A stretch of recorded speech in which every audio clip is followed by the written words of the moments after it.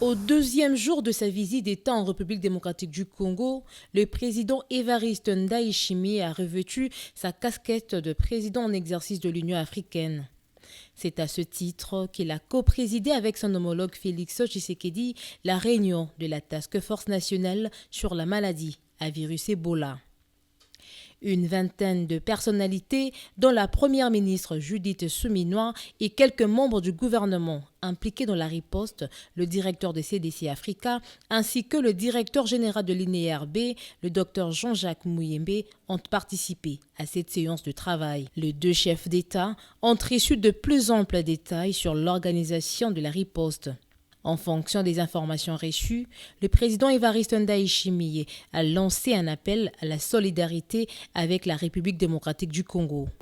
Vraiment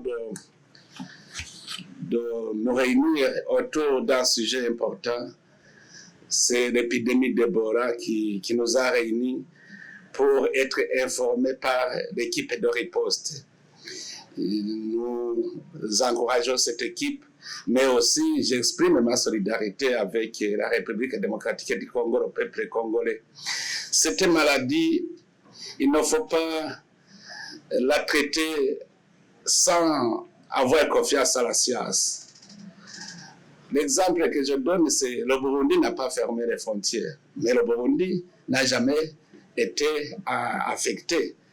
Parce que nous devons prendre des mesures de préparation, de prévention, et en collaboration avec les organes de l'État de la République démocratique du Congo, nous essayons toujours de maîtriser. C'est pour cela que je voudrais saisir cette occasion aussi à appeler tous les États, surtout africains, d'être solidaires.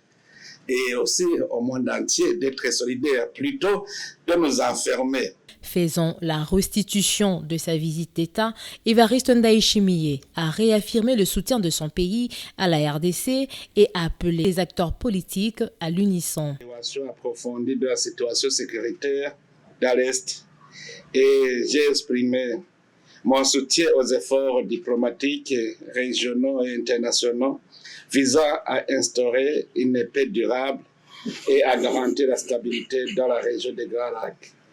Le Burundi reste convaincu que la résolution durable des crises qui affectent l'Est de la RDC passe nécessairement par une approche globale et intégrée visant à mettre fin au cycle récurrent de violence et à promouvoir le développement socio-économique des populations concernées. Je conseille même tous les Congolais à rester unis. Il faut avoir confiance que vous avez un ennemi commun.